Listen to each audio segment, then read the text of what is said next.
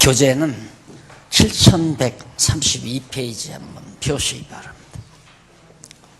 7132페이지.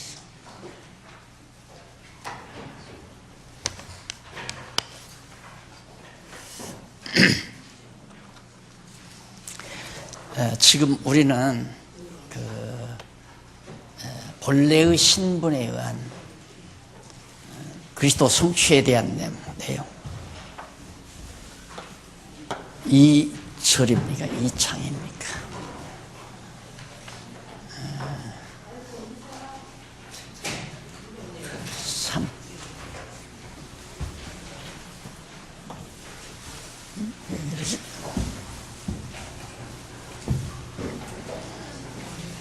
통치자 신분.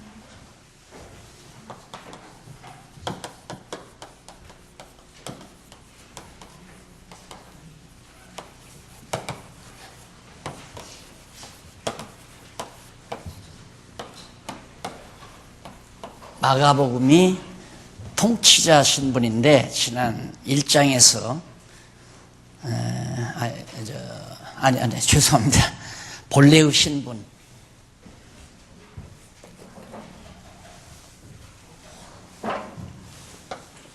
제 2절.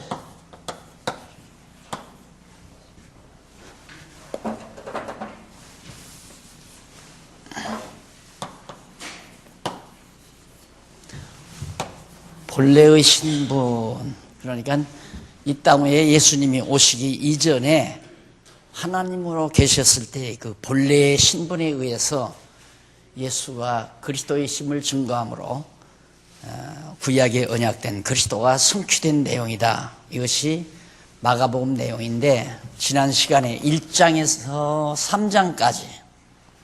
3장까지는 아들의 신분에 의해서 죄송합니다. 1절이 저도 이렇게 자꾸 헷갈려요.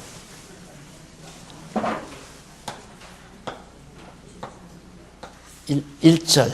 그러니까 제2장은 신분에 의한 성취죠. 신분에 의한 성취. 이것이 이제 마가복음이고, 이건 마가복음 1장에서 5장까지. 이제 봤죠? 네. 이걸 여러분들이 꼭 이걸 아셔야 돼요. 이게 중요한 것이니까 결국은 이 제목이 확실한가를 확인하기 위해서 지금 우리가 공부하는 거거든요. 그러니까 이제 이렇게 생각하면 돼요. 우리 성도님들은 문제는 예수가 그리스도라는 게 믿어져야 되잖아요. 그게 가장 중요하니까. 왜 그러냐면 그게 믿어지면 우선 우리가 죄에서 해방받잖아요. 나 이 죄 때문에 어떡하나. 이 죄에서 우선 예수가 그리스도이심이 믿어지면 죄에서 해방받게 되고, 그래서 기쁨이 있죠. 그 다음 예수가 그리스도라는 게 믿어지면 여호와 하나님이 살아계시다는 것이 확인이 되고, 그럼 여호와 하나님 살아계시다면 내가 이거 근심 걱정해야 말짱 쓸데없는 일이로구나. 내가 속상해야 필요 없고, 내가 미워해야 필요 없고, 다 하나님 여호와 하나님께서 정하신 뜻을 따라 만사가 이끌어져 가기 때문에 여호와 하나님이 살아계시다고 하는 것이 확실히 믿어져서 그가 경외된다면 그냥 마음에 평안이 있다고 하잖아요. 마음을 가라앉힐 수 있는 능력이 그런 말씀에 의해서 주어지는 거란 말입니다. 이것이 바로 적용이라는 얘기예요. 이게 각자가 자기 자신의 생활 속에 이 말씀이 들어가면 공연히 걱정했네. 공연히 싸웠구나. 공연히 고집부렸구나. 이런 생각을 각자가 다 각자 하게 돼 있어요. 그걸 설교자가 일일이 걱정하지 마십시오. 근심하지 마십시오. 그럼 자기는 근심 안 하나? 자기도 근심하고 걱정하는데, 그러니까 자기는 항상 거룩한 사람이 되고 듣는 사람은 항상 거룩하지 못한 사람이 되고, 이런 결과가 되지니까 그건 안 되는 얘기죠. 그냥 말씀을 전하면서 전하는 자도 듣는 자도 함께 그 말씀이 내 영혼을 새롭게 만드는 능력을 지니고 있는 거란 말입니다. 그래서 설교하지 말자, 성경만 가르쳐서 예수가 그리스도라는 게 믿어지게 하고 여호와 하나님 살아계심이 확실히 인정돼서 깨닫고 그를 경외하는 삶을 살도록, 그래서 모든 범사에 여호와를 인정하고 여호와를 찬양하며 사는 생활이 이루어지도록 하려는 것이 하나님께서 말씀을 주신 근본 목적이니까 그렇게 되어지도록 하기 위해서 성경만 바르게 가르쳐라, 그런 얘기예요. 그래서 1절 가운데 지난번 공부하신 것은 아들의 신분에 대해서 공부해서요. 신분에 의한 성취 가운데 아들의 신분, 첫째가 아들의 신분. 그러니까 아들의 신분이라면 하나님 아들이죠. 그러니까 그리스도의 의미 틀림없잖아요. 아들의 신분이라고 하는 것은. 그 다음 두 번째는 속죄주 신분이라고 그랬죠. 두 번째는 속죄주. 그러니까 죄를 속해 주시는, 예수가 그리스도의 심이 하나님의 아들이기 때문에 믿어졌다. 그러면 속죄주가 되신다. 그럼 그리스도가 확실히 믿어지면 내 죄는 다 그리스도께서 다 걸머지시고 정리해 주셨다. 그래서 죄로부터의 해방을 받는 겁니다. 그런데 이 종교인들은, 특히 기독교인만 아니에요. 모든 종교는 인간의 어눌한 인간들의 죄를 딱 거머잡는 거예요. 너 이런 죄 있지. 그래야 꼼짝 못 하잖아요. 또 설교하는 것 같지만 이해를 돕기 위해서 드리는 겁니다. 동생이 언니를 이기는 방법은 언니의 비밀을 어머니 아버지에게 폭로하지 않고 붙잡고 있는 겁니다. 그 붙잡고 있으면 꼼짝없이 언니가 동생한테 쥐어 사는 거예요. 그 비밀을 가지고 있으니까. 그 공개되는 날에는 어머니 아버지로부터 호통을 당하니까 언니는 동생한테 꼼짝 못 하잖아요. 모든 종교는 죄를 걷어잡아야 돼요. 그것이 참 죄송한 얘기지만 목사가 하는 일이고 신부가 하는 일이고 중들이 하는 일이고 다 그런 겁니다. 똑같습니다, 여러분. 하나 다름이 없어요. 그러니까 안울할수록 잘 잡히는 거예요. 좀 안울하다, 좀 둔탁할수록. 안 그래요? 사람이 죄 없는 사람이 없잖아요. 아무리 보아도 여기 서 있는 사람보다도 앉아 있는 분이 똑똑한데 왜 여기 쓴 사람한테 꼭 잡히는가? 안울하니까 잡혀요. 안울하니까. 그래서 저는 여러분들을 붙들려고 하는 것도 아니고 여러분을 내 수하에 넣으려는 것도 아니고 내가 깨닫고 나니까 너무 좋아서 그냥 전하다가 보니까 자꾸 사람들이 당회장이라고 높여주고 노회장이라고 총회장이라고 자꾸 높여주니까 그냥 어떤 때는 망가하고 내가 잘나는가 보다 하고 살다 제정신을 차린 거죠. 이건 아니다. 이건 절대 아니다. 다 우리는 그리스도 앞에서 죄인이고 다 똑같은. 왜 안 그래? 제일 잘났으니까 돈 받고 일할 거 아니에요. 그렇게 생각하는 거예요, 다. 그래서 여러분 돈 잘 쓰셔야 돼요. 앞으로 이 진리를 지키려면 돈을 잘 쓰셔야 된단 말입니다. 돈 때문에 교회도 망하고 돈 때문에 진리도 곡해되고. 돈 많이 주면 높은 줄 알고 잘난 줄 알고 돈 적게 주면 못난 줄 알고 돈 안 받으면 못 받으면 못난 인간으로 취급하는, 그게 이 종교사회 아니에요? 또 열받는데 정말 예수를 그리스도로 믿어진다고 하는 것처럼 나를 죄에서 자유롭게 하고 진리 안에서 자유를 누리게 하는 법은 없습니다. 이 자유를 누가 박탈을 해요? 아무도 박탈해서는 안 돼요. 신부도 신자들의 죄를 걷어잡고 꼼짝 못하게 만드는 건 폭행이에요. 가장 큰 폭행. 중도 그렇고 목사도 그렇고 마찬가지죠. 그래서 부흥사들이 하는 이유가 죄를 막 지적해서 나중에는 부흥사가 성도들을 확 휘잡아서 돈 가져가라. 그럼 마음대로 하잖아요. 하라는 대로 하죠. 그게 부흥이라는 겁니다. 그래서 여러분, 이 공부가 얼마나 여러분들을 정말 편안을 가져다 주고 하나님의 자녀답게 만들어주는 힘을 가지고 있는가를 여러분들이 인식하시면서 오늘 또 제가 왜 이렇게 고집스럽게 성경만을 가리키는가, 이렇게 꼬박꼬박 누가 그래요 말들어 뭐로 그 책에 다 있는 걸 이렇게 또 쓰느냐요. 책에 다 있어도 책에 있는 건 여기 저기 다 이렇게 있잖아요. 이걸 몰아서 써드려야 딱 입력이 되죠. 그래서 백목가루를 먹으면서도 이걸 써드려요. 글씨 잘 쓴다고, 잘 쓰는 글씨도 아니잖아요. 글씨 잘 쓴다고 자랑하기 위해서도 아니고. 본연에 필요 없는 일을 하는 게 아니거든요. 이게 얼마나 중요해요. 아들의 신분을 가지고 있다. 예수가 마리아의 몸을 통해서 잉태하신 아기 예수가 아들의 신분을 가지고 있다. 그분이 우리의 죄를 속죄해주는 속죄주의 신분을 가지고 있다. 오늘 공부할 것이 뭐냐면 통치자 신분을 가지고 있다.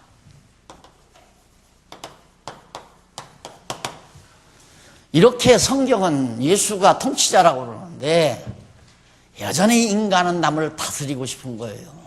지배하고 싶고, 끝없이 목사는 끝없이 교인들을 다스리고 싶고, 교인들에게 명령하고 싶고, 교인들을 지도하고 싶고, 지배하고 싶고, 끝없이. 왜? 많은 사람을 지배할수록 잘났다고 생각이 되니까.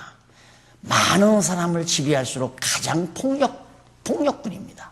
인간이 인간을 지배한다는 건 그건 동물 같은 집단, 정치 집단 세계에서나 있을 수 있는 일이지, 종교 세계에서는 정말 더더군다나 기독교 세계에서는 누가 누구를 지배해요. 누가 누구에게 명령하고. 우리는 모두가 다 진리에서 공감하고 하나님의 말씀에서 공감해서 각자가 자기가 알아서 살아가면 되는 거예요. 자기가 알아서 살아가면.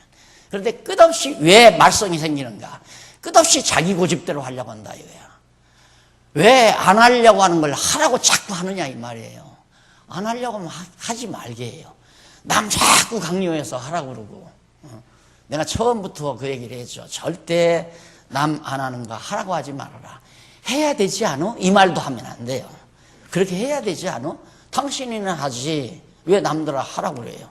그분에게 할 수 있는 마음을 주시는 분은 통치자이신 그리스도가 성령을 보내서 우리 마음 가운데서 할 마음을 주어요. 그러니까 우리 장안중앙교회가 가장 아름답게 되질 때는 언제냐? 아무도 남에게 명령하지 아니하고 다 각자 마음에서 우러나오는 일을, 그게 성령께서 시키는 일이죠. 그 가운데는 성령이 시킨다는 빙자로 자기 자신의 욕망에 의해서 하는 일이 있어요. 6월 달에 장로권사 우리 피택에서 이제 임직을 하겠지만, 그거 안 됐다고 해서 속상한 사람도 참 이상한 사람이고, 됐다고 해서 거들먹대는 사람도, 또 되려고 애쓰는 사람도 그 문제가 있는 사람이에요. 정말 소원을 주면 하게 돼 있어요. 누가 중간에서 차단하는 사람이 없어요. 차단하는 사람이. 시험도 그렇고 서류도 그렇고 하나님을 속여먹 갔으면 얼마든지 속여먹을 수 있어요. 속이고 하나님을 속이고 권사되고 장로돼서 뭐하게요? 아무 필요 없는 거예요. 그거. 그것이 지금 교회 성경이 말하는 올바른 통치자네요. 예수님이. 참말로 그런가? 4장 5장 살펴보십시다. 비유로서 예수님이 통치자라는 걸 가리켜요. 첫째, 4장 1절로 34절에서. 그런데 4장 1절 9절 여기 이제 첫째가 비유죠. 비유로 가리킨다. 통치자임을. 그런데 첫째가 씨 뿌리는 비유를 통해 하나님 나라 비밀을 가르쳐 줍니다. 하나님 나라의 통치자니까 하나님 나라에 대한 비밀을 생각해 보세요. 우리나라 비밀 창고를, 우리 나라의 비밀 창고를, 창고의 열쇠를 대통령이 가지고 있잖아요. 그렇잖아요. 대통령이 풀어주자면 안 돼요. 전쟁을 일으키는 무서운, 예를 들어서 핵폭탄이 있다 합시다. 핵폭탄을 터뜨리냐 안 터뜨리냐는 마지막 키를 누가 가지고 있냐면 대통령이 가지고 있는 거 아니에요. 그러듯이 예수님도 하나님 나라의 비밀 창고를 예수님이 가지고 있기 때문에 하나님 나라의 비밀을 예수님만이 알고 계시죠. 그것이 1절로 9절 씨 뿌리는 비유를 말을 해요. 바닷가에 많은 사람이 이렇게 모였거든요. 그러니까 바다 육지에 이제 많은 무리들은 육지에 두고 예수님은 배를 타고 여러 가지 비유로 육지에 앉았는데 예수님께서 배에 올라서 비유로 가르칩니다. 그 가르치시는 중에 저희에게도 3절 들으라. 씨 뿌리는 자가 뿌리러 나가서 뿔새 더러는 길가에 새들이 와서 먹었어요. 길가에 떨어진 거. 그 다음 더러는 흙이 얇은 돌밭에 떨어져서 말라 죽어버렸어요. 쏙이 나오나 해가 뜨니까 말라 죽어버렸어요. 그리고 더러는 가시덤불에 떨어지니까 막 거기에 얽혀서 자라지 못하고 죽었어요. 더러는 좋은 땅에 떨어짐에 자라 무성하여 결실하였으니 30배와 60배와 100배가 되었느니라 하시고 또 이르시되 들을 귀 있는 자는 들을지어다. 이게 무슨 얘기인가? 도대체 이 씨 뿌리는 비유가 무슨 얘기인가?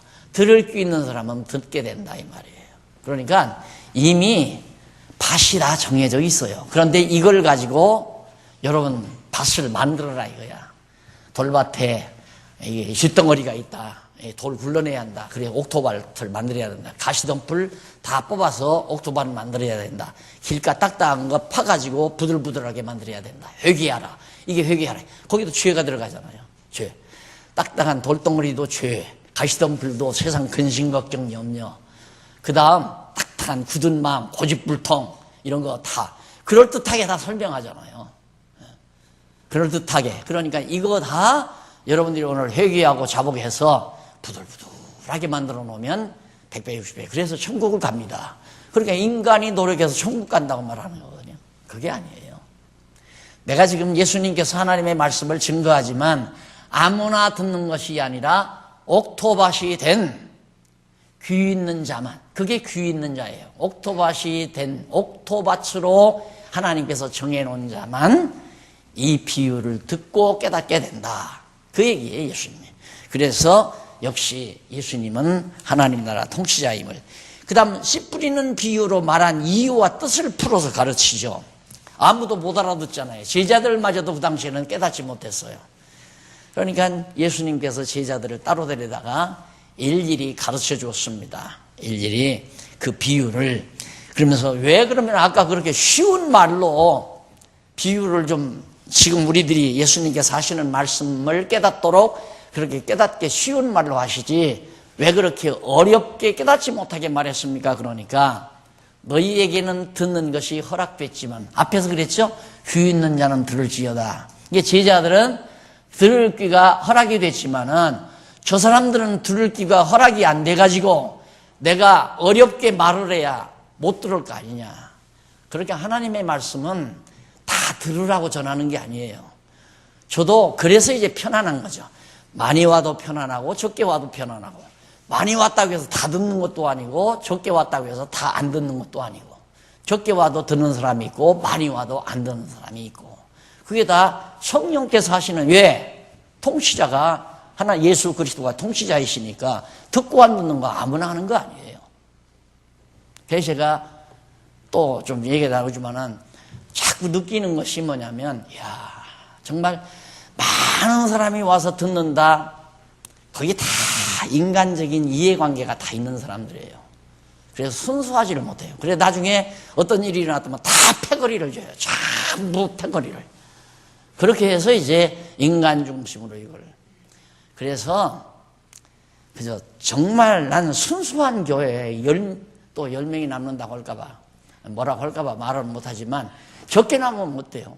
깨끗할수록 좋죠. 안 그래요?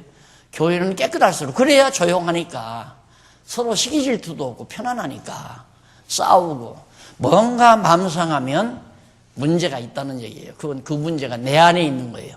마음 상한 사람이 자기 안에 문제가 있는 거예요. 뭐 얼마든지 남에게 핑계 너 때문에 내가 이렇게 속상하다 이렇게 말할 수 있죠. 그런데 왜? 나 100만 원만 꿔줘. 그러니까 나 못 꿔줘. 당신 돈 없어. 당신 꿔줄 돈 없어. 그러니까 속상하다 이거예요. 꿔달라는데 안 주니까. 그렇게 속상하면서 너 왜 속상하니? 그러니까 너 때문에 속상하지 않아. 그 말이 되는 거예요. 아, 내 돈 갖고 안 꿔줄 능력, 권한이 있는 거지. 돈 안 꿔줬다고 속상하면서 너 때문에 속상하다. 자기가 돈 꾸고자 하는 욕망을 가진 것이 문제가 되죠. 그러니까 모든 문제는 자기에게 있는 거예요. 언제나 이유불문하고 없어요. 이유불문하고. 내가 속이 상하거나 마음이 편안치 못하든가 그 원인은 자기 안에 있어요. 하나님 앞에서 잘 눈을 깔끔하게 잘 뜨면 나는 아직 눈이 아파서 깔끔하게 못 뜨겠는데 깔끔하게 뜨면 보여요, 그게. 내가 이것 때문에 내가 마음이 상하구나. 이게 보인단 말입니다. 그래서 예수님께서 내가 너희들에게 아까 그렇게 어렵게 말한 것은 알아듣지 못할 자, 돌짝밭이나 가시덤불이나 길가와 같은 굳은 마음을 가진 사람들은 알아들어서는 안 되니까 그래서 어렵게 말을 했고, 너희는 듣기로 작정된 자들이니까 너희에게 내가 들을 귀가 있는 자들이니까 내가 너희에게 이렇게 알아듣게 얘기해 준다. 맞잖아요. 뭐 성경 그대로 아니에요. 그러니까 듣는다 안 듣는다, 공부한다 안 한다 할 것도 없어요.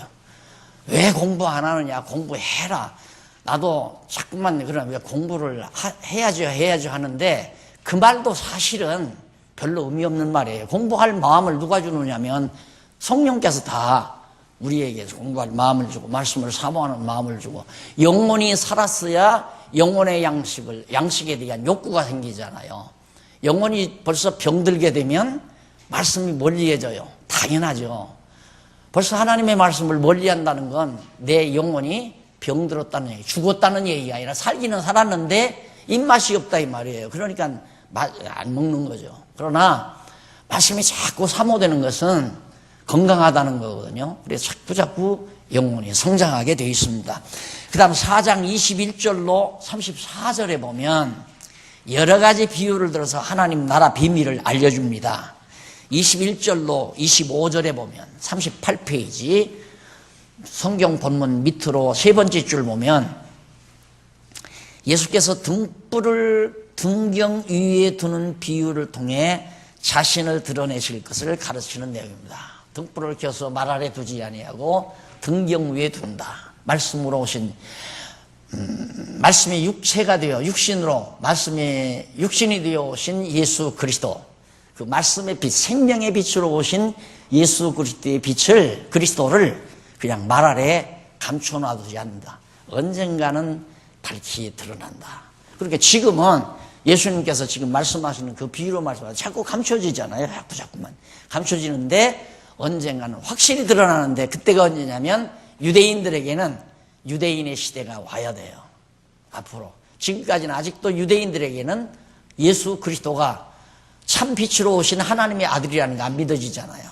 그런데 이방인의 때가 끝나면 유대인의 때가 오잖아요. 그때는 유대민족 모두가 그때 우리 조상들이 십자가에 못 박아 죽인 예수 그리스도가 하나님의 아들 그리스도였구나. 이걸 깨닫게 될 날이 반드시 있는 겁니다. 마찬가지로 오늘 하나님께서 예수 그리스도에 대한 생명에 빗댄 진리의 말씀을 그냥 감추어 놔두지는 않잖아요. 감추어 놔두지는. 근데 지금 사실 과거까지는 성경이 무슨 말인지를 전혀 알지를 못한 거예요. 그래서 성경을 공부한다는 건 의미가 없는 식으로, 그래서 신학을 공부해야죠. 신학을 공부해. 신학이란 뭐냐면 인간들이 사람들이 만들어내놓은 이론이에요. 성경을 빙자한 이론. 그게 신학이에요. 그래서 우리는 그냥 신학하지 아니하고 성경신학이라고 말하는 거죠. 성경이 말하는 하나님의 학문, 하나님에 대한 진리, 이것이 성경신학이다. 어떤 사람이 논리적으로 만들어 놓은 것이 아니라. 그러니까 신학부에서 공부한다고 하는 것은 잘못된 것을 알아본다는 얘기예요. 뭐가 잘못된지를 알아본다. 그러나 성경신학을 공부한다는 건 옳은 것이 무엇인지를 안다는 얘기고요. 그러니까 우리가 신학하면 더 높은 학문이고 성경하면 낮은 학문이고, 그건 아니죠. 성경처럼 높은 학문이 어디 있습니까? 가장 높은 학문이죠. 가장 고상한 진리고, 이 세상에 성경만큼 고상한 진리가 없다고 바울이 고백했잖아요. 사실이 그렇고요. 그 다음에 이제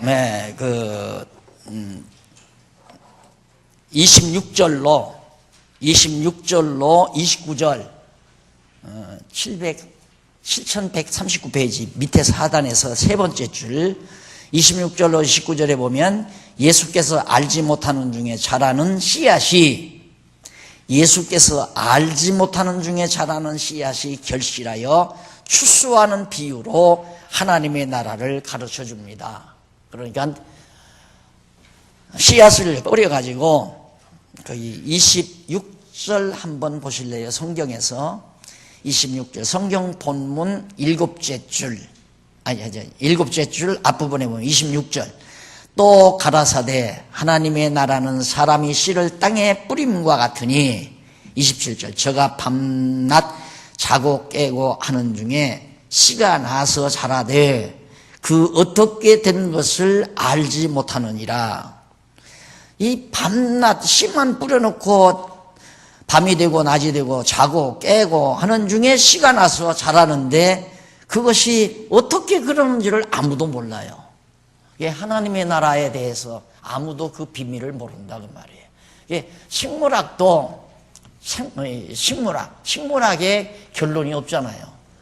그냥 표면적인 거, 뭐 이파리가 태양빛을 받아 동화작용을 일으켜서 뭐 어떻게 자라난다.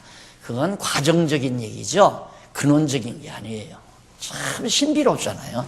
이 씨 하나가 딱 떨어지면 여기서 뿌리가 이렇게 나요. 이거 땅인데, 이거 땅이고, 이거 뿌리가 이렇게.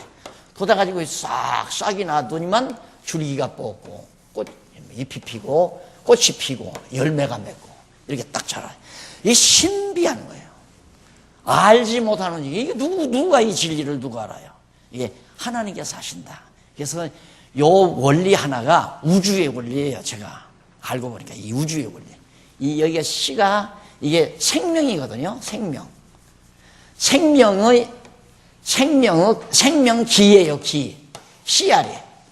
그러게 콩씨, 벽씨 이것들이 모두가 생명의 기운의 알맹이에요. 생명의 기의 알맹이.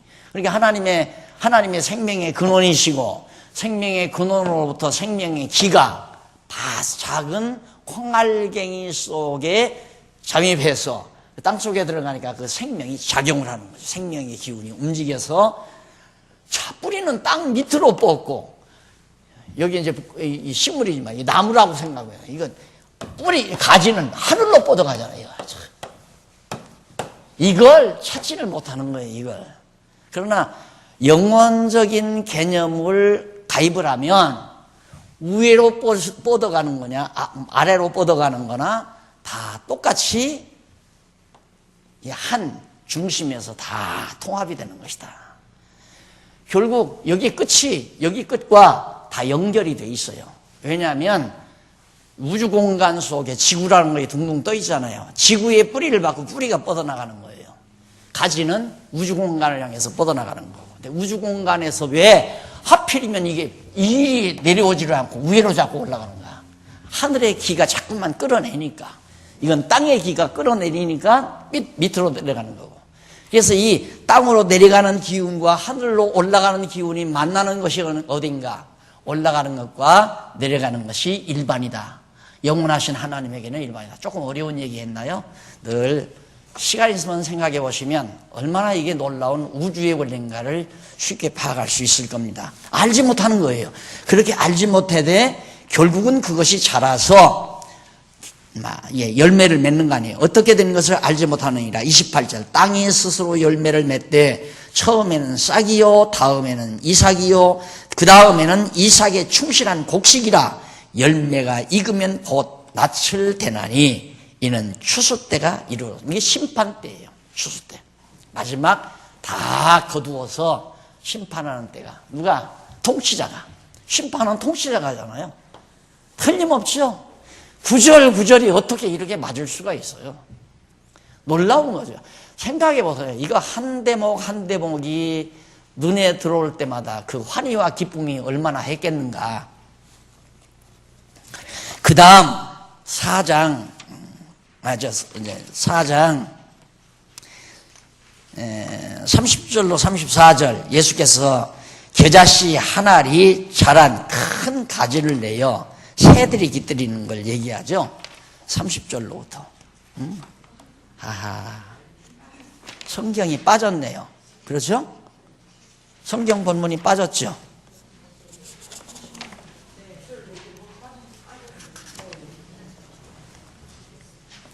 맞아요. 성경 본문이 30절로 30절로 34절 꼭 누가 체크했다가 이 다음 이거 수집할 때 좀 알려주세요. 30절로 34절. 겨자씨 비율. 한 알의 작은 겨자씨가 눈으로 들어가도 안 아플 정도의 작은 겨자씨. 여기 우리 전시관에 있잖아요. 이렇게 작은 건데 이게 땅속에 들어가면 여기 생명의 기니까 크든 작든 상관없어요. 이게 씨알이 굵다고 해서 크고 작다고 해서 작은 거 아니라 작은 생명의 씨알이 아주 큰 나무를 이루어요.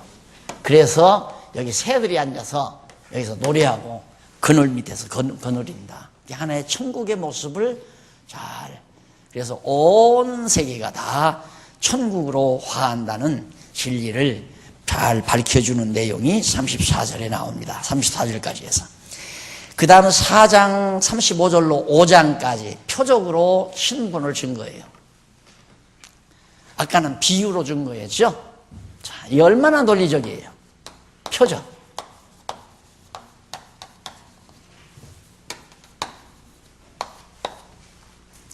예수님이 표적을 행하시는 이유가 뭔가?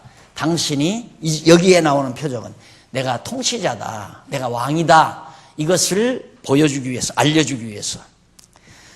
자, 쉽게 35절로 41절에 보면 바람과 바다를 명해서 복종시켜 천국의 주인됨을 알려줍니다. 하나님께서 첫 아담을 창조해 놓고 첫 아담에게 모든 바다와 모든 초목과 모든 만물을 다 아담에게 맡기잖아요. 네가 다 다스려라, 이거 다. 근데 아담은 타락해가지고 그 통치권을 잃어버렸잖아요. 둘째 아담이신 예수 그리스도는 바람도 예수의 명령에, 바다도 예수의 명령에, 예수님의 명령에, 이 통치자의 명령에. 그러니까 통치자는 우리 성도들만 다스리는 게 아니라 우주와 만물과 모든 인생을 예수님이 다 지배하시고 다스리신다. 근데 뭐가 그래 예수님이 힘이 모자라는 것 같아서 도와드리려고 그러는지, 왜 인간들이 그렇게 대통령 되기를 원하고, 그거야 다 어두운 인간들이니까 그럴 수 있는 거지만, 하나님의 믿는 하나님을 믿는다고 하면서 왜 자기가 남을 지배하고 살려고, 많은 사람을 자기 수하에 거느리고 살려고. 목회 성공이 뭔 줄 압니까? 교인들 많이 거느리는 게 목회 성공이에요. 이렇게 공부하고도 여전히 그 생각을 하거든, 여전히. 그래서 그냥 한 사람이라도 더 자기 품에다가 끌어넣으려고. 그것도 부모가 자식을 하나라도 더 낳아서 더 사랑해서 기르려고 하는 생각이란 모르지만, 다 막 더 많은 사람 자기 수하에 넣고 이용하려고. 여러분, 이건 면도날처럼 예리한 분별력이 아니면 내가 저 사람을 이용하려고 내가 가까이 하는 건지, 내가 정말 저 사람을 사랑하려고 가까이 하는 건지, 그거 분별하지 못하고 살아가는 사람 참 많아요. 그냥 무조건 친절 베풀면 자기한테 잘하는 줄 아는 거예요. 자기를 위해서 하는 걸요. 그거 아니에요. 친절 뒤에는 다 낚시가 도사리고 있어요, 여러분. 고기가 사랑스러워서 여러분 좋은 먹거리 갖다 낚시에다 건져줍니까? 먹고, 야, 너 배고프니까 이거 먹고 잘 살아라 하고. 그거 다 건지기 위한 거 아니에요. 제가 성경을 모르고 그냥 이런 과정적인 것만 깨달았으면 이 미간의 이 주름이 아마 4개, 5개는 더 났을 거예요. 세상이 다 엉망이니까. 이 세상 모두가 다 엉망이니까. 성스럽게 보이는 사람일수록 더 악랄해요. 얼른 보기에 참 성스럽죠. 얼마 전에 조금 있다가 빵떡 쓰고 이제 여기 나타날 영감이 있잖아요. 그 얼마나 인간들을 근본적으로 악랄하게 다 걷어잡는 마력을 지니고 있는 사람들이에요. 아무에도 매이지 말아요.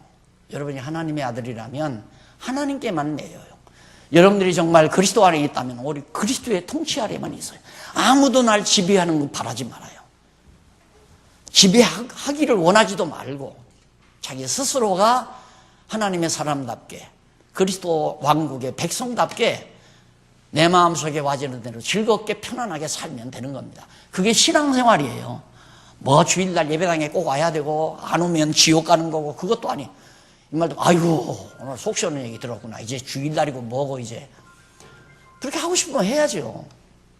그렇게 하고 싶으면 하되 마음이 그러는 걸. 그런 게 억압해서 만약에 주일날 예배당에 안 오면 지옥 갈까 봐서 왔다면 그건 아니다 이 말이. 내 말이 하는 얘기는 그거 주일날 예배당에 갔다고 해서 천국 가는 건 아니에요. 예배당과 관계가 없어요. 천국은 그냥 그리스도의 통치 아래서 예수님의 통치를 받고 살아가는 사람은 하나님 나라 백성이에요. 그냥 그거에 예를 들어서 충격적인 얘기가 될지 모릅니다. 어떤 사람이 교회에 적은 없어요. 그런데 자기와 뜻맞는 사람들이 예를 들어서 기업가들이 한 서너 명 모였다 이거야. 돈 많이 버는 기업가들. 야, 우리 그런 지금 단체들이 많이 생겨요. 모여서 야, 우리 연간 예산 5억만 세워서 우리 선교 사업하자. 그러면 나는 한 2억 될게. 너도 2억 되고 너는 아직 이제 회사 창립한 지 안 되니까 1억만 대라. 그럼 5억 딱 해가지고 선교하는 일을 하고 있으면 그 사람들은 지옥 갑니까? 말도 안 되는 얘기죠. 그런 소리 하면 안 돼요.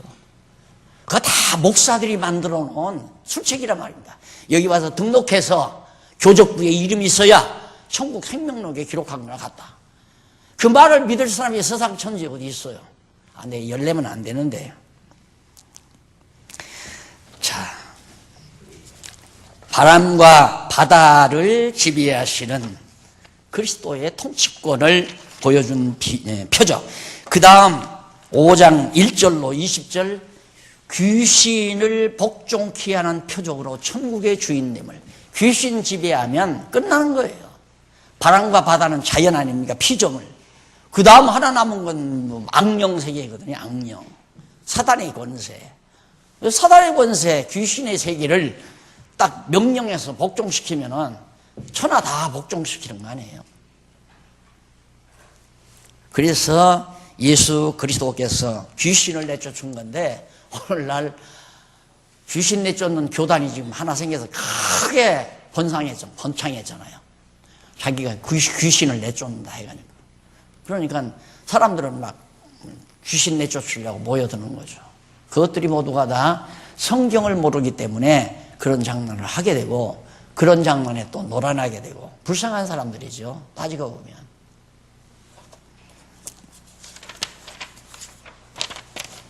7절에 보면 그렇게 나와요.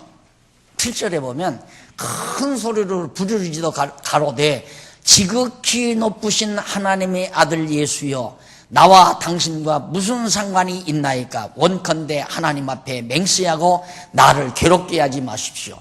귀신도 하나님의 아들을 알잖아요. 하나님의 아들이니까 귀신을 내쫓을 수 있는 통치권을 지니고 있으니까. 그 다음 11절로부터 20절에 보면 46페이지 7146페이지 위에서 7째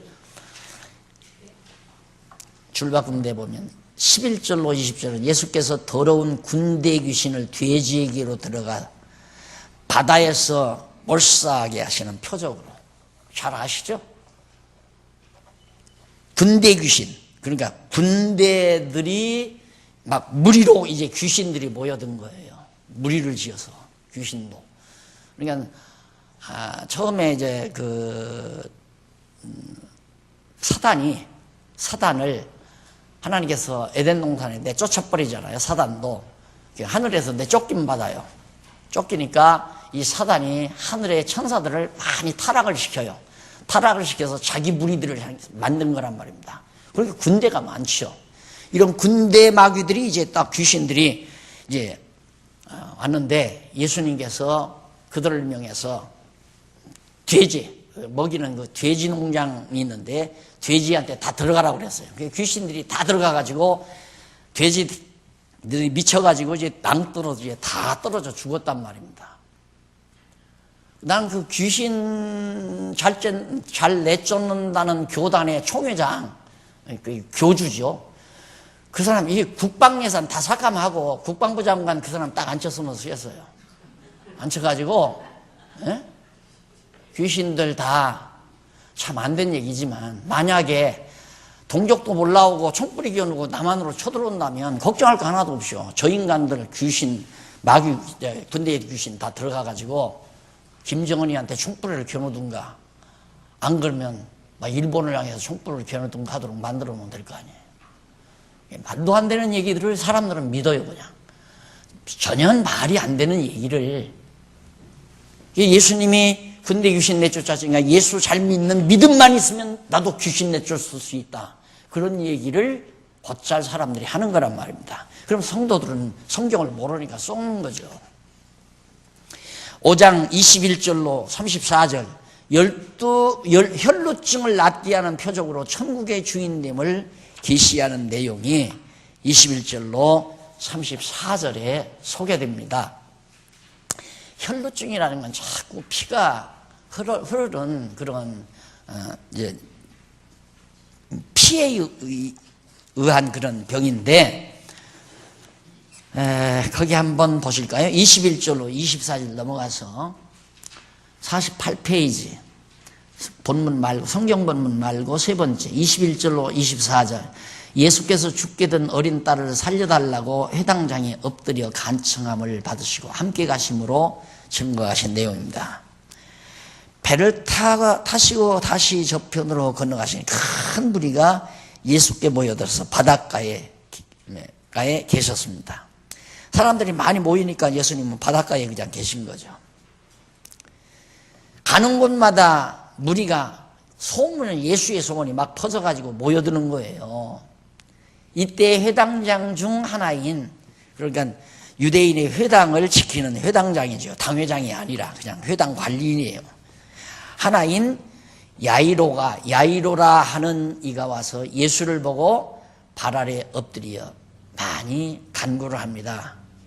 회당장은 뭐라고 하냐, 내 어린 딸이 죽게 되었사오니 오셔서 그 위에 손을 얹으사 그로 구원을 얻어 살게 하소서라고 간청을 합니다. 그러니까 이 예수께서 그와 함께 가시는데 큰 무리가 따라가며 애워싸고 밉니다. 막 예수님 막 애워싸고, 인기 좋았죠? 얼른 보면 사람들은 그걸 인기로 보는 거죠. 예수께서 자신이 인간의 생명도 주관하시는 천국의 주가 되심에 대한 표적을 행하시려고 회당장의 간청을 받아들여 회당장과 함께 가신 것이 바로 이 대목입니다.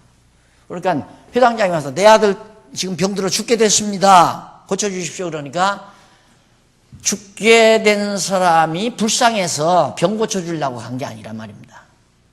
간 이유는 내가 인간의 생명도 죽게 할 수도 있고 살게 살 수도 있는 주권을, 그런 지배권을 내가 가지고 있는 통치자이다, 이것을 예수님이 보여주기 위해서. 그러니 이런 분의 백성으로 산다는 것만큼 안전지대가 어디 있습니까? 가장 안전지대예요. 어느 심리학자가 그러더라고요. 인간의 불안은 어쩔 수가 없는 거래요. 너는 심리학 공부 잘못했다. 당연하죠. 인간의 불안은 피할 수가 없는 거래요.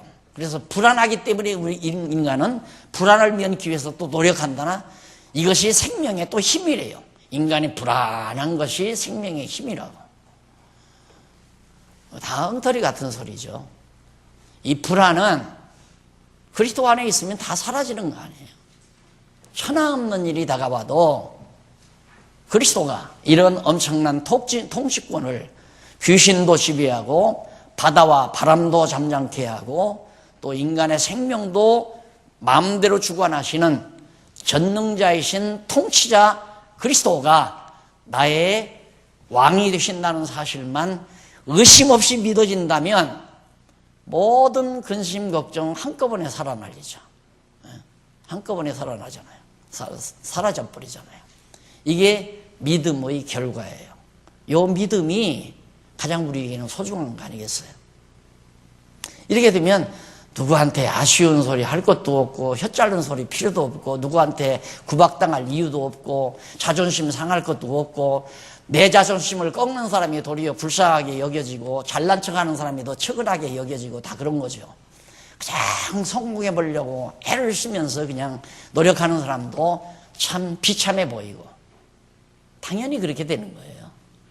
그래서 사람이 당당하고 정말 담담하게 그리스도 안에서 평안을 누리며 살 수 있는 그런 능력을 그리스도를 믿음으로 말미암아 얻게 된다. 25절로 34절에 보면 밑에 48페이지 밑에서부터 8째 줄, 혈루증을 앓는 여자의 믿음대로 병에서 놓여 건강하게 하심으로 주가 되심을. 병마도 고쳐요. 병마도. 생명도 고치고 병마도 고치고.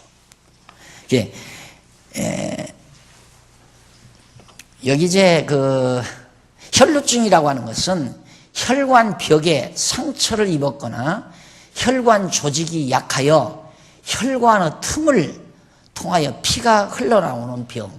혈관이 약해서 혈관 틈으로 피가 계속, 그러니까 피를 응고시키는 그런 기능이 없어져 버린 거죠. 그러니까 이건 고칠 수가 없는 병 아니에요. 불치병으로 그렇게 알고 있었는데 이 병이 그리스도에 의해서 고침을 받는. 그래서 결국 그렇게 이제 앓고 있었는데 그러던 중에 예수의 소문을 듣고 무리 가운데 섞여 뒤로 와서 예수의 옷을 또 만지는 사람이 있어요. 예수의 옷만 만져도 병이 나을 것 같으니까. 그러니까 예수님이 그걸 알잖아요. 예수의 옷가만 만져도 병이 나아버리는 그런 엄청난 통치자, 대단한 통치자. 이런 통치자를 아는 우리, 또 믿는 우리가 대통령이 누가 돼야 한다, 누가 돼야 한다. 이거 벌써 그냥 투표 장소에 가서 생각나는 대로 찍어요. 그냥 아무나 돼도 돼요. 어차피 역사는 누구 뜻대로. 대통령이 잘해서 역사가 되는 게 아니란 말입니다. 이게 대통령 잘한다고 우리가 칭찬하는 것도 불신앙적인 태도고, 대통령이 못한다고 불평하는 것도 불신앙적인 태도고, 하나님께서 그렇게 못하는 환경을 가져다 주니까 그렇게 되는 거죠. 안 그래요? 혼자 통치 못하는 거예요. 절대 안 되는 거예요. 다 아무리 천하 없는 사람이 올라서도 하나님이 하게 하셔야 되는 거예요. 이게 근본 통치자는 그리스도란 말입니다. 그러니까 대통령 칭찬할 것도 없고 멸시할 것도 없고, 아, 저 허수아비 하나 앉았구나 이렇게 생각하면 돼요. 그냥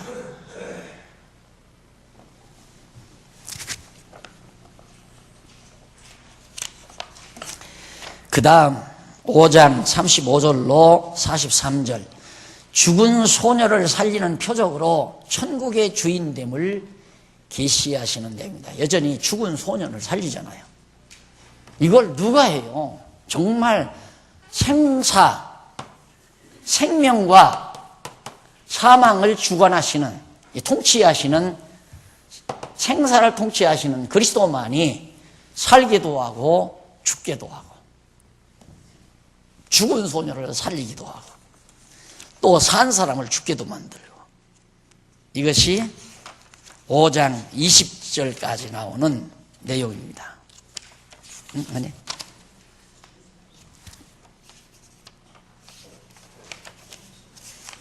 네. 5장 43절까지.